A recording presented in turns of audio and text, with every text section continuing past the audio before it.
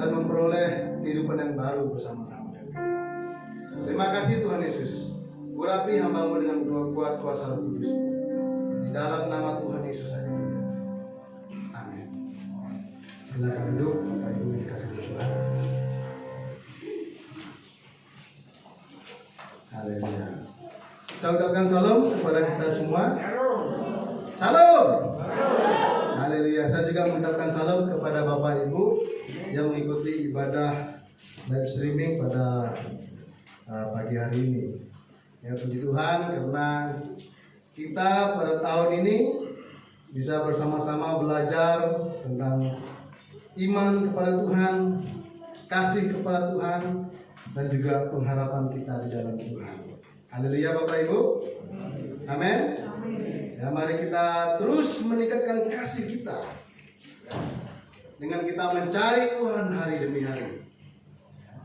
Kita terus mengimplementasikan kasih kita kepada sesama kita, kepada orang-orang di sekeliling kita, kepada satu dengan yang lainnya.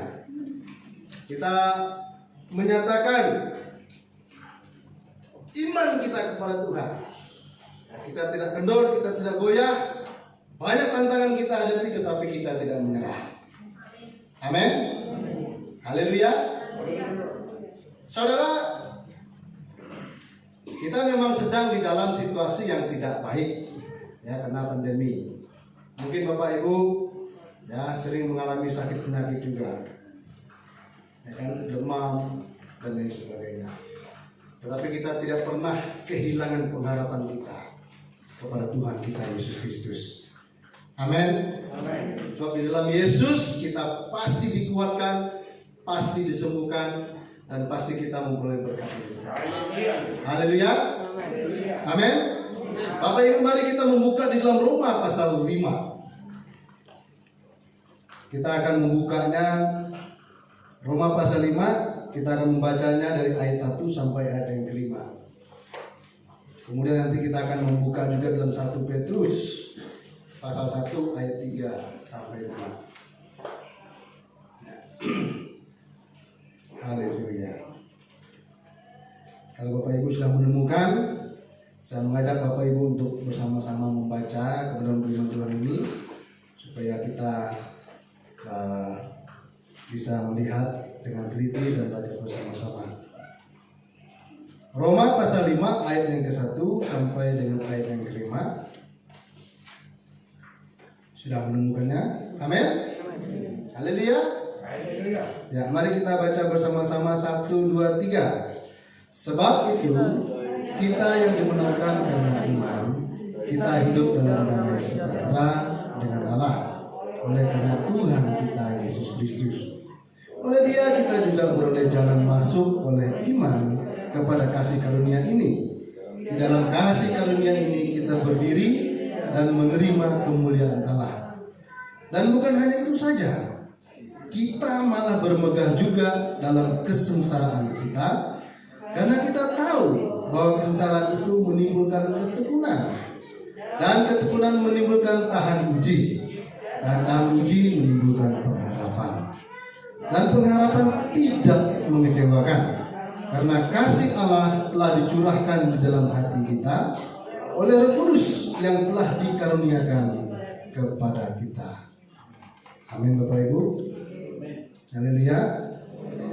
Tema yang saya akan sampaikan bagi kita semua, firman Tuhan, ya, pengharapan melampaui segala kesulitan hidup. Amin. Apa tadi Bapak Ibu?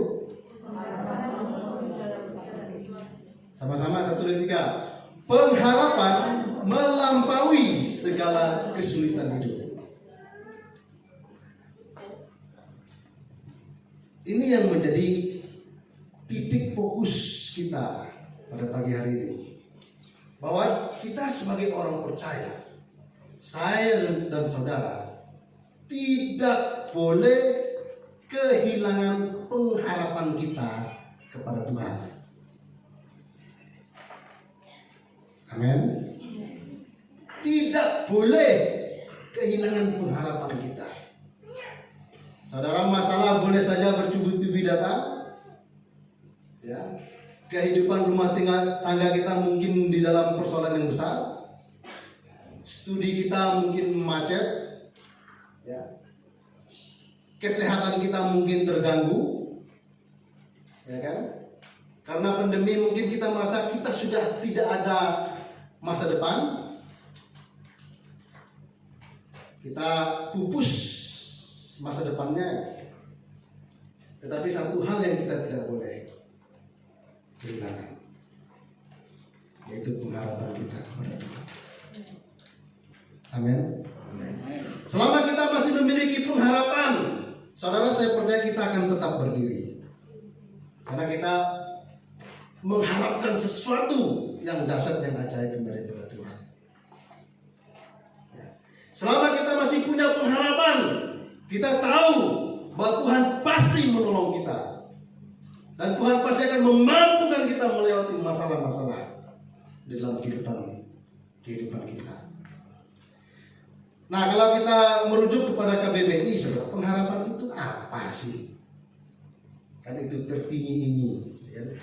Kalau kalian suka nonton Tukul itu seperti itu, saudara. Pertanyaannya itu, pengharapan itu apa sebenarnya?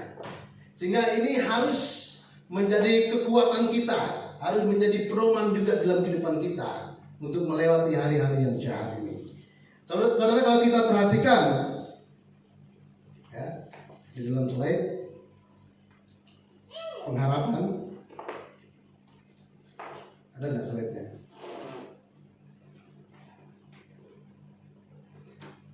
Jadi pengharapan adalah sesuatu yang dapat diharapkan. Jadi kalau itu ada kata dapatnya, itu berarti bukan berarti tidak mungkin terjadi. Itu sangat mungkin terjadi. Kemudian pengertian kedua menurut Kamus Besar Bahasa Indonesia itu, pengharapan adalah keinginan supaya menjadi kenyataan. Ya. Jadi sesuatu yang kita inginkan yang belum terjadi, ya, kita mengharapkannya di kemudian hari itu bisa terjadi. Itu namanya pengharapan. Dan kita percaya sesuatu saat ini akan digenapi, akan diberikan, akan terjadi dalam kehidupan kita. Nah, pengertian yang ketiga, Bapak Ibu, menurut Kamus Besar Bahasa Indonesia itu, pengharapan itu adalah orang yang diharapkan atau orang yang kita percayai atau dapat dipercaya.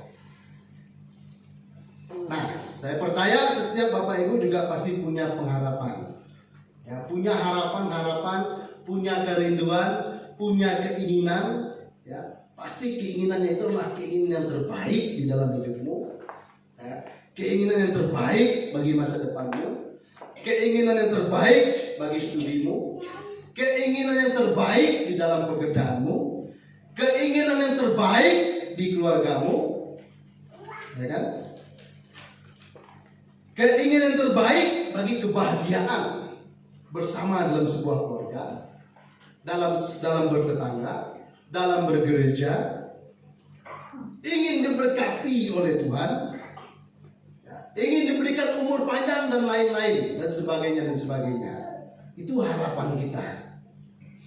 Maka kalau ada ulang tahun, kita sangat bahagia sekali merayakannya, sudah tiup lilin, ada yang dikerjain dilempar pakai telur supaya bahagia karena saking senangnya, ya, Tuhan menambahkan usia. Dan kalau kita diberkati, kita ingin berusaha untuk menjadi berkat bagi orang lain karena kita betapa senangnya kita diberkati oleh Tuhan. Itu harapan. Jadi saya dan saudara pasti punya harapan-harapan yang demikian. Amin, Bapak Ibu.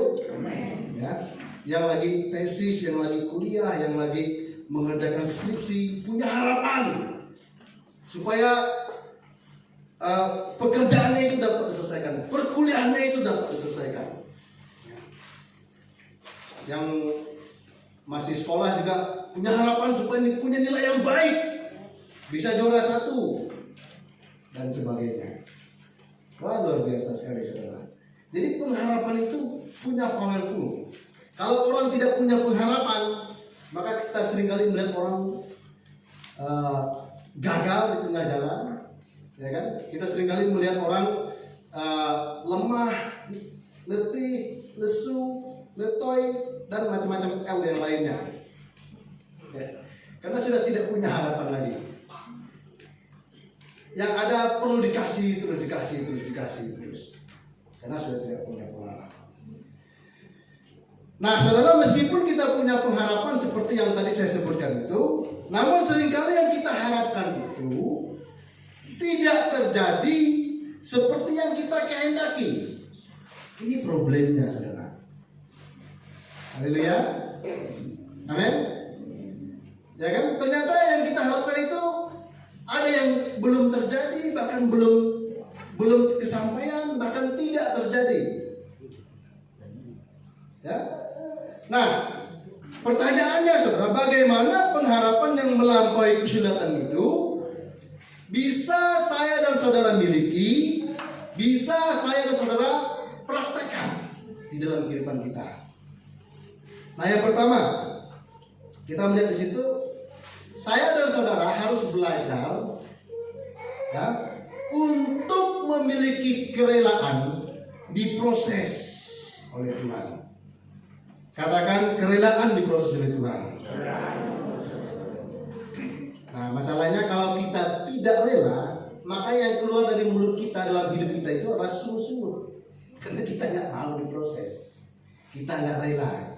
Orang gelem kalau bahasa Cinanya, ya kan? Kalau udah orang gelem itu, saudara, mau diapa-apakan itu susah sekali. Mau dikasih masukan, dikasih motivasi, lalu lemah aja.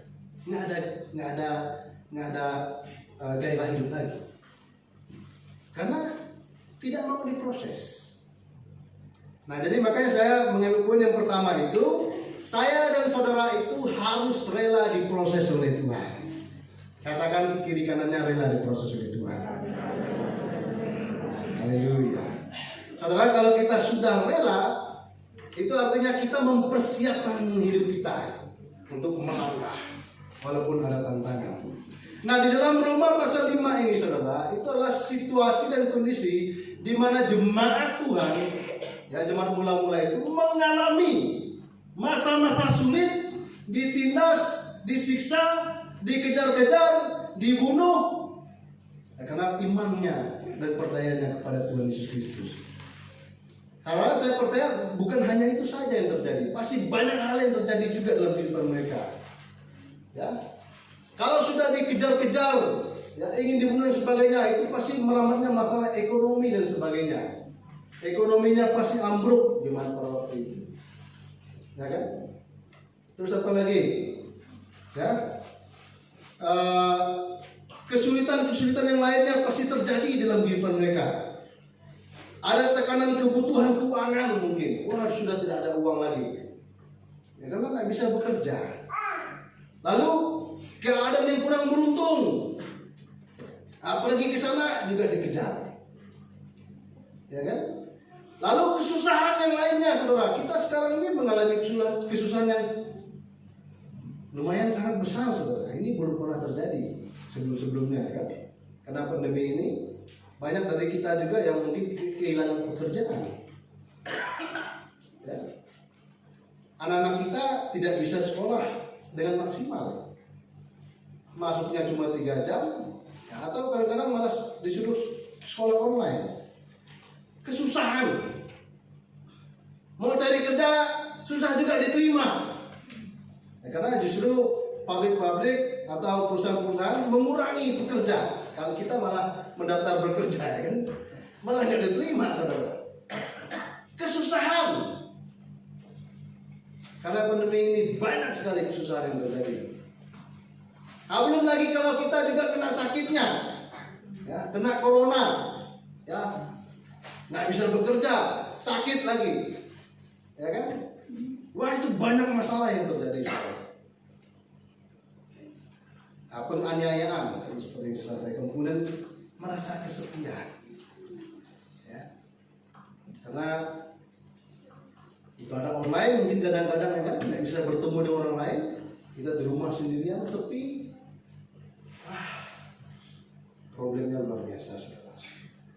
Jadi itu latar belakang yang terjadi pada jemaat itu bisa saja terjadi juga di dalam kehidupan kita. Tetapi kita belajar dari firman Tuhan ini dalam ayat yang ketiga dan 4 dikatakan begini Bapak Ibu. Dan bukan hanya itu saja, kita malah bermegah juga di dalam kesengsaraan kita.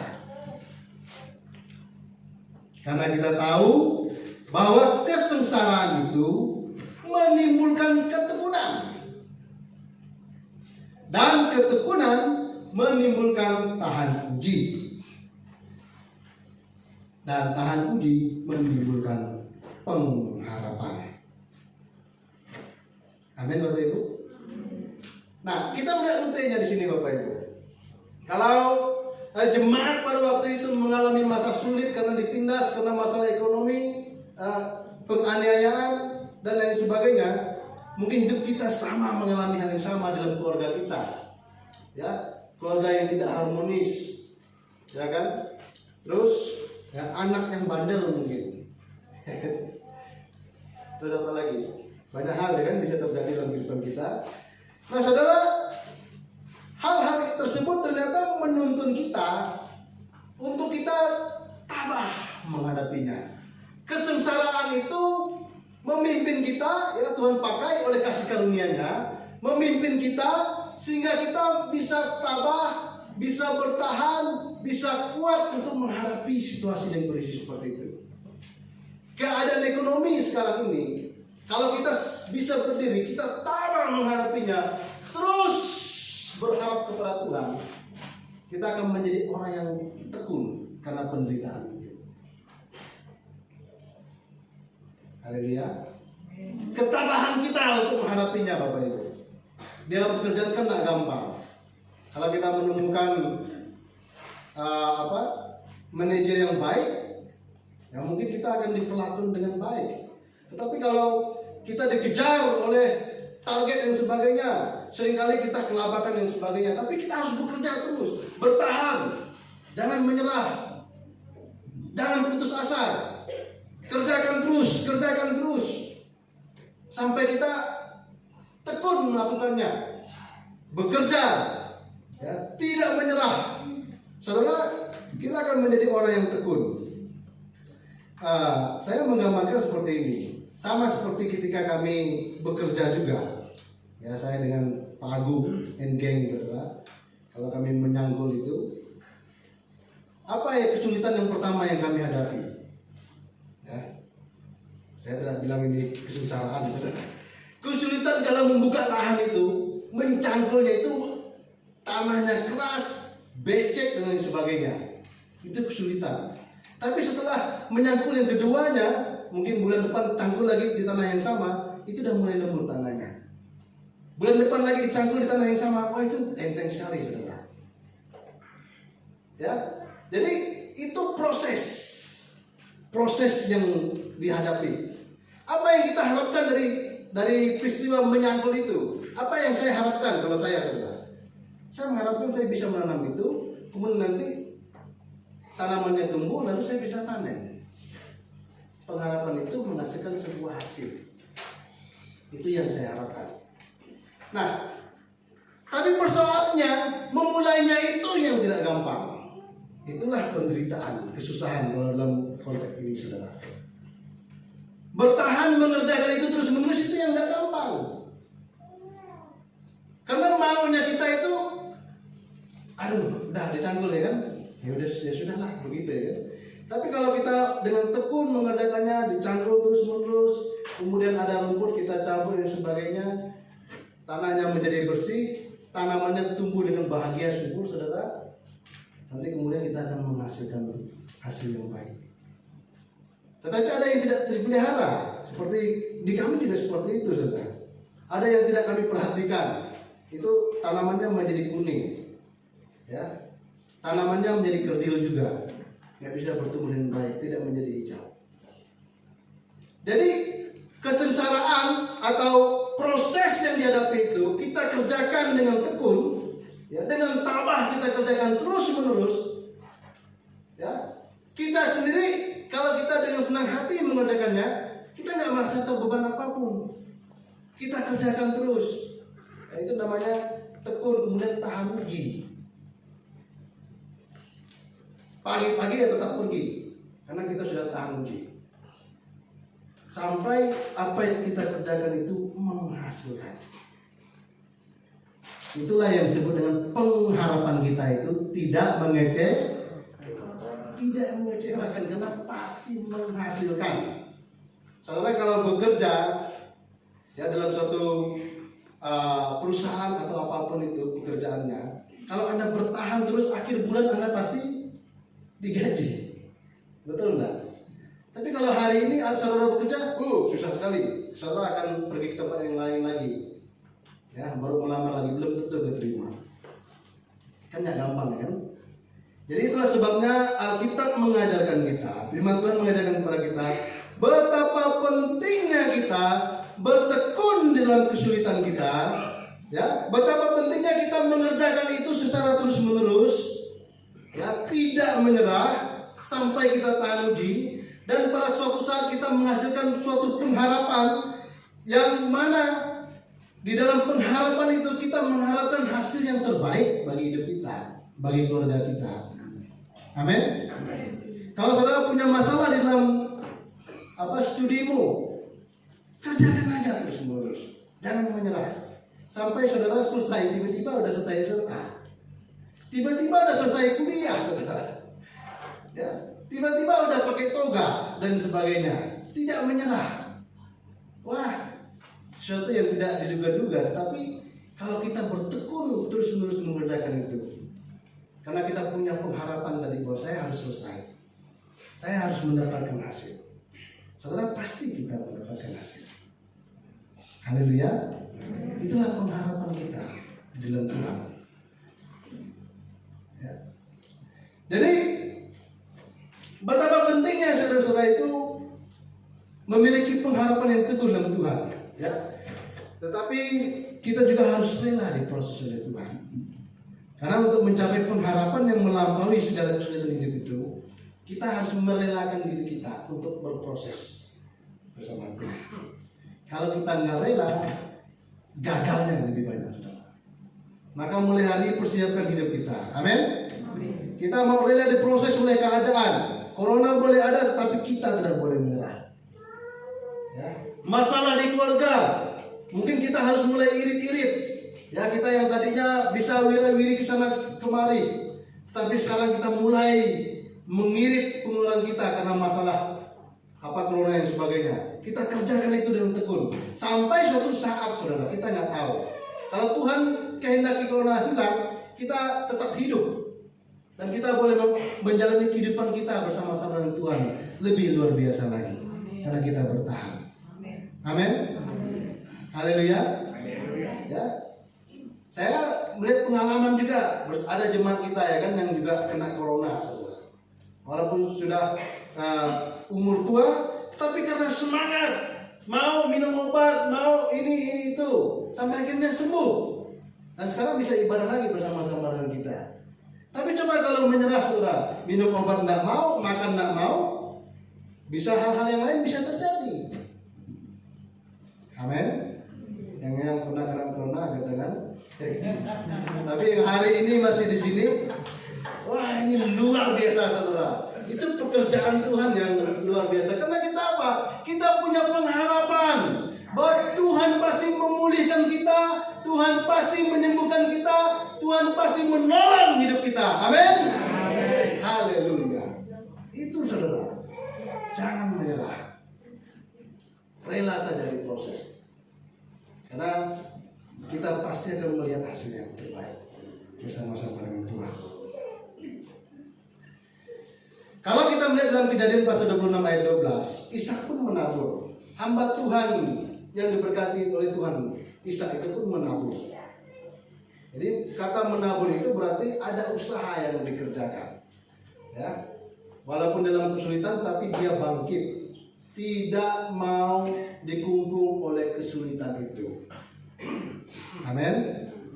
Ya, jangan mau diikat oleh kesulitan itu. Kita harus terus bergerak sambil terus berdoa dan berusaha. kita pasti akan ditolong oleh Tuhan.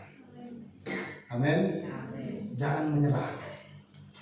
Haleluya. Saudara percaya tidak percaya, saya melihat juga ya, di dalam kehidupan jemaat kita juga, ya, kesulitan itu ternyata membuat jemaat kita kreatif, saudara.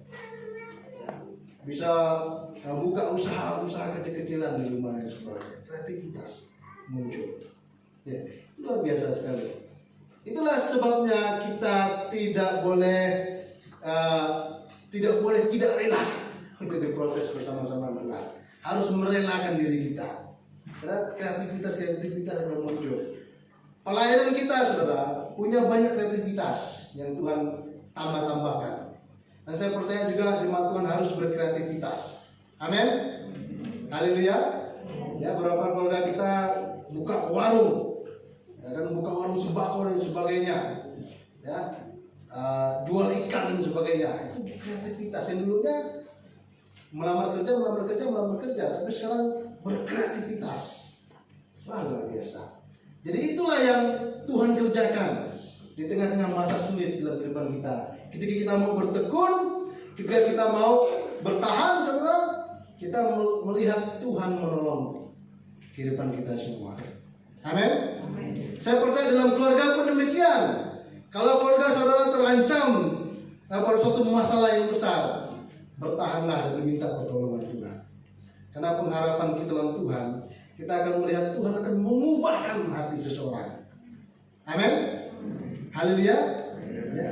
Tuhan mengubahkan. Kalau Tuhan bisa mengubahkan hidup kita, sehingga kita menaruh harapan kita kepada Tuhan. Sama, saudara. Tuhan pun bisa menaruh atau mengubah kehidupan orang yang kita kasihi, pasangan kita, anak-anak kita, keluarga kita, ya kan, mertua kita, atau siapapun itu, Tuhan bisa ubahkan. Makanya kita tidak boleh menyerah. Kita terus menaruh harapan kita kepada Tuhan. Kalau kesulitan itu sedang terjadi, kita mau diproses, merelakan diri kita diproses oleh Tuhan, kita pasti akan melihat hasil yang luar biasa. Haleluya. Amin, saudara.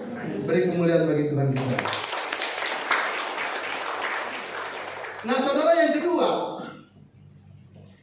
pengharapan melampaui segala kesulitan hidup itu harus kita praktekkan di dalam kehidupan kita.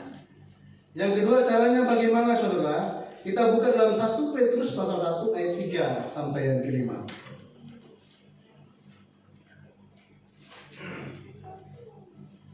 Haleluya.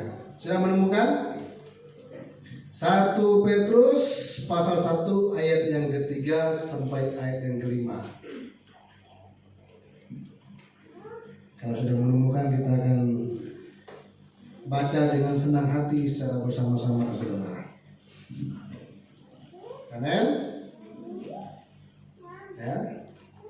Yang punya Alkitab, yang juga mungkin Androidnya punya Alkitab, kita bisa baca bersama-sama. Dan kalau yang di depan sudah ada, juga kita bisa baca bersama-sama. Pengharapan iman dan kasih ayat 3, 1, 2, 3.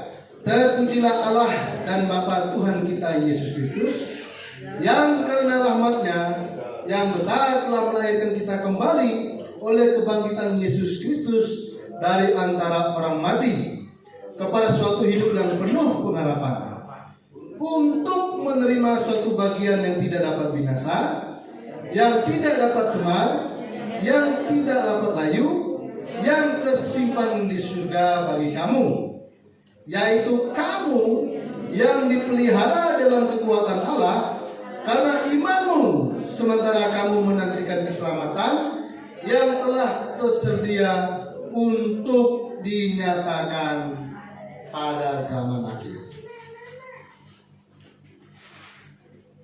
Saudara, yang kedua yang firman Tuhan ingin ajarkan bagi kita, supaya kita dapat mempraktekkan, menerapkan pengharapan yang melampaui segala kesulitan hidup itu, saya dan saudara harus menaruh harapan kita hanya kepada Tuhan. Amin, saudara. Kepada siapa kita menaruh pengharapan kita? Kepada Tuhan.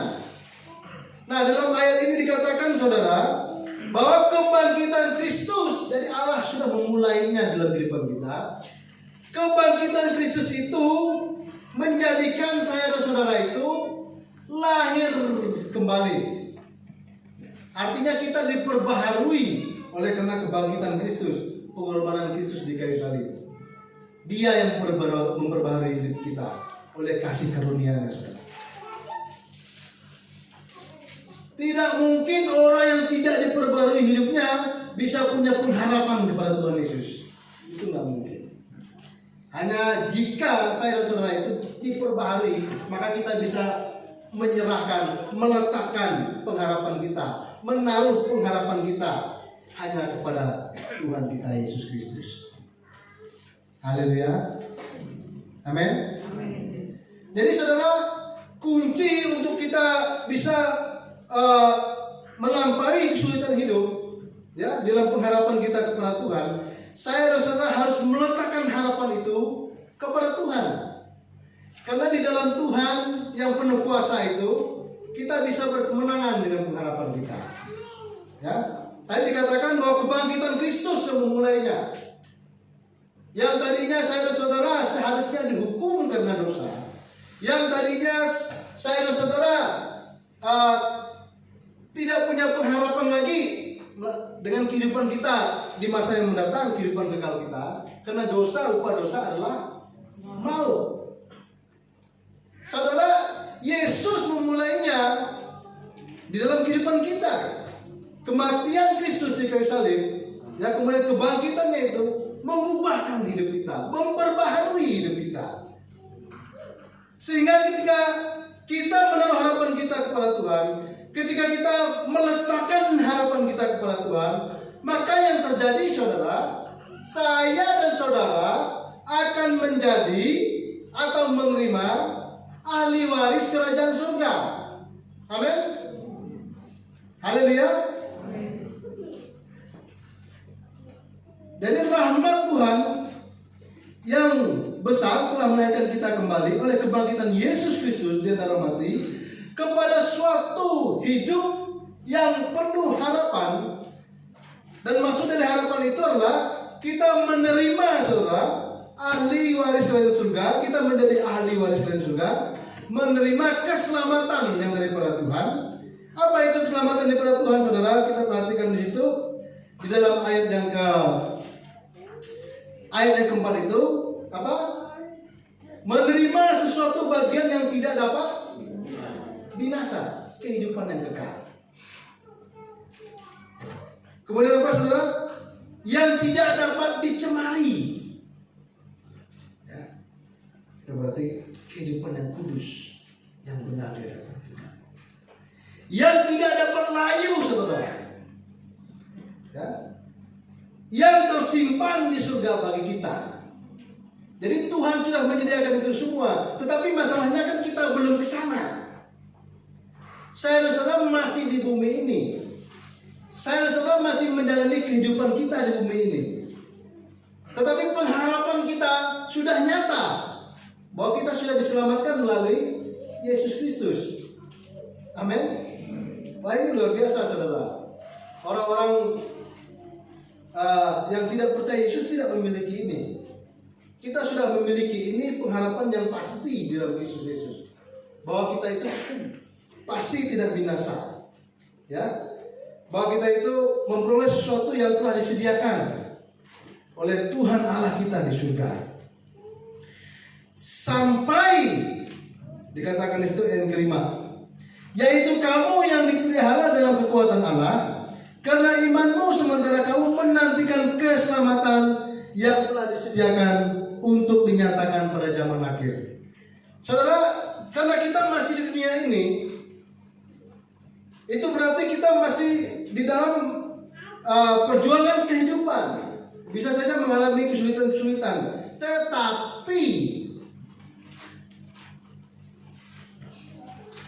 di dalam kesulitan itu dikatakan Tuhan memelihara kita oleh kasih karunia-Nya, sementara kita menantikan, saudara. Apa yang dipelihara oleh Tuhan?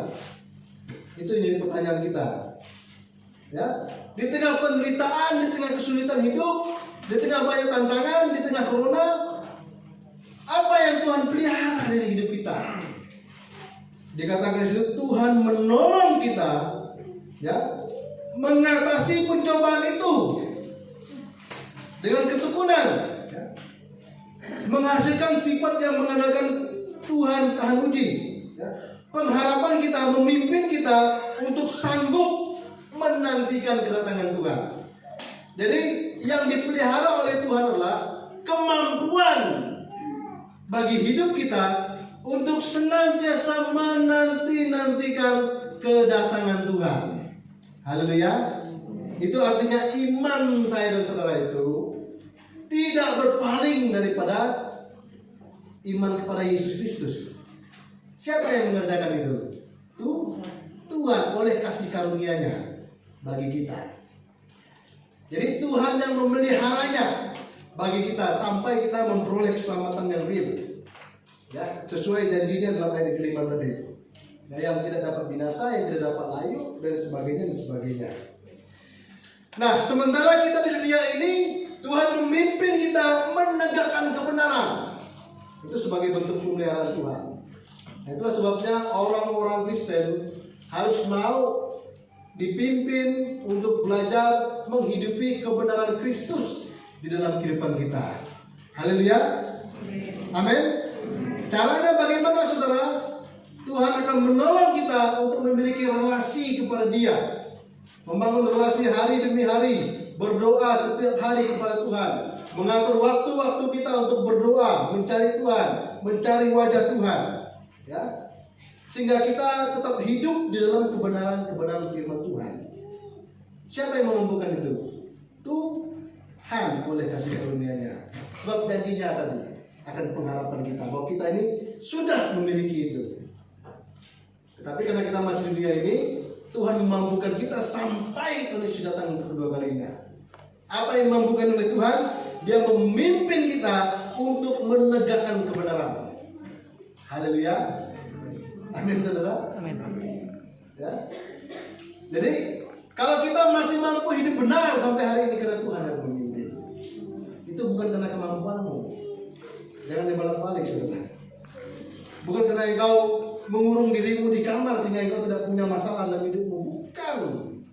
Tetapi karena Tuhan yang memampukan kita untuk senantiasa hidup di dalam kebenaran. Amin. Haleluya. Ya.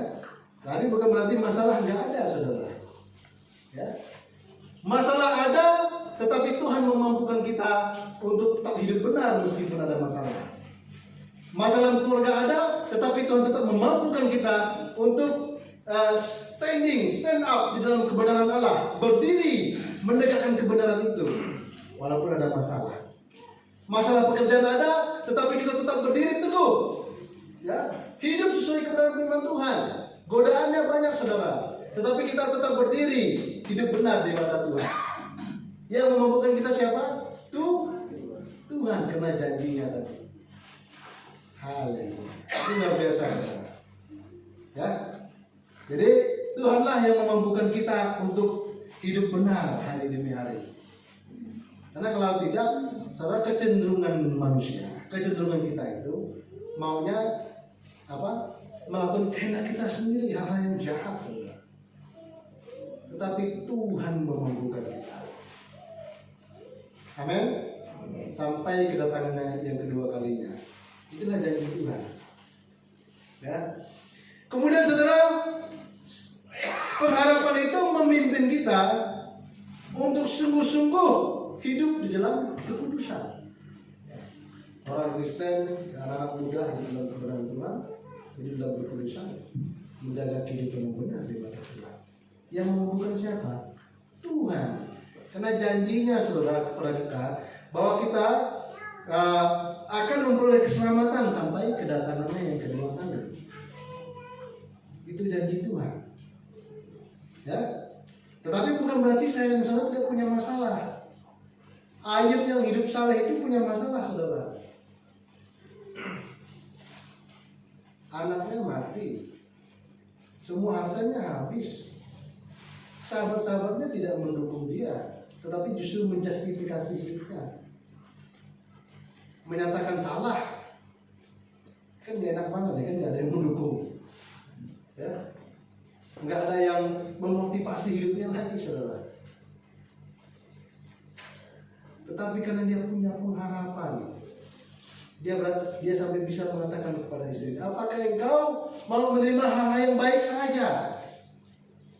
Hidup kita ini punya Tuhan. Tuhan yang memberi, Tuhan juga yang punya hak untuk mengambil semuanya. Itu pengharapan, saudara. Karena ketekunan Ayub untuk bertahan dalam cobaan-cobaannya, sakit penyakit menghampiri dia, ya, dengan borok dan sebagainya, tapi dia tetap bertahan, berpengharapan kepada Tuhan. Kalau kita membaca di dalam endingnya, saudara, mungkin di dalam Ayub pasal 22 itu, dia memuji Tuhan pada akhirnya, karena Tuhan memulihkan keadaan dia. Amin. Haleluya. Tuhan memulihkan keadaannya. Ini yang tidak diduga-duga oleh orang-orang sekitarnya, saudara. Bahkan Tuhan memberkati dia berkali-kali lipat. Coba kalau dia gak bertahan dengan persoalan dia akan menjadi orang yang putus asa dan binasa karena keputusasaannya. Tapi karena dia memandang kepada Tuhan, meletakkan pengharapannya kepada Tuhan, menaruh hidupnya kepada Tuhan, yang terjadi Tuhan mengubahkan, ya, yang buruk, yang jahat itu menjadi suatu kebaikan dalam kehidupannya. Bahkan Tuhan memberkati dia berlipat-lipat kali ganda. Haleluya. Amin. Dan itu juga bisa terjadi dalam kehidupan saya dan saudara. Kalau kita meletakkan hidup kita sambil menantikan kedatangan Tuhan, kita meletakkan hidup kita, pengharapan kita hanya kepada Tuhan Yesus saja. Saya percaya, saudara, ya, di tengah kesulitan hidup ini kita akan melihat bahwa karena kita punya pengharapan kepada Tuhan, kita akan melampaui masalah-masalah yang terjadi di dalam kehidupan kita. Amin. Artinya kita di atasnya lagi, saudara. Haleluya. Ya. Apapun boleh terjadi, tetapi kita di atasnya lagi. Kita bertahan. Bertahan sampai kita memperoleh suatu keselamatan yang benar-benar terjadi dalam kehidupan kita. Sampai Tuhan Yesus datang yang kedua kalinya. Amin. Ya.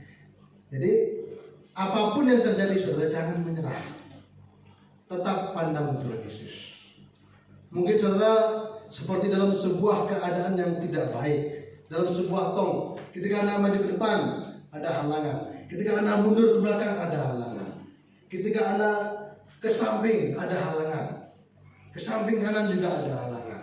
Ketika Anda mau keluar dari masalah itu, ke bawah juga ada halangan. Tetapi coba lihat ke atas. Ke atas terbuka, saudara. Amin. Haleluya. Ya, ibarat sebuah sumur itu ke atas itu terbuka. Kenapa kita tidak menaruh kepercayaan kita, pengharapan kita ke atas itu yang terbuka itu? Kita sibuk mencari-cari di sekeliling kita sampai kita putus asa sendiri. Lihat ke atas. Ke atas terbuka lebar. Haleluya. Amin, saudara. Jadi pandanglah kepada Tuhan Yesus Kristus, sehingga masalah yang kita hadapi itu bukan menjadi masalah yang besar, tetapi kita akan pasti melewatinya bersama-sama dengan Tuhan kita Yesus Kristus. Haleluya. Amin, firman Tuhan. Haleluya. Mari kita bangkit berdiri. Kita mengucap syukur untuk firman Tuhan yang sudah kita dengarkan bersama-sama. Mari kita merenungkannya, mari kita berpengharapan dalam Tuhan kita Yesus Kristus. Mari kita merelakan hidup kita untuk diproses oleh Tuhan. Mari kita menaruh pengharapan kita itu hanya kepada Tuhan saja, bukan kepada pekerjaan kita, jabatan kita, bukan kepada suami kita atau istri kita, tetapi kepada Tuhan Yesus Kristus. Dan saya percaya kita akan melihat pertolongan Tuhan yang dahsyat.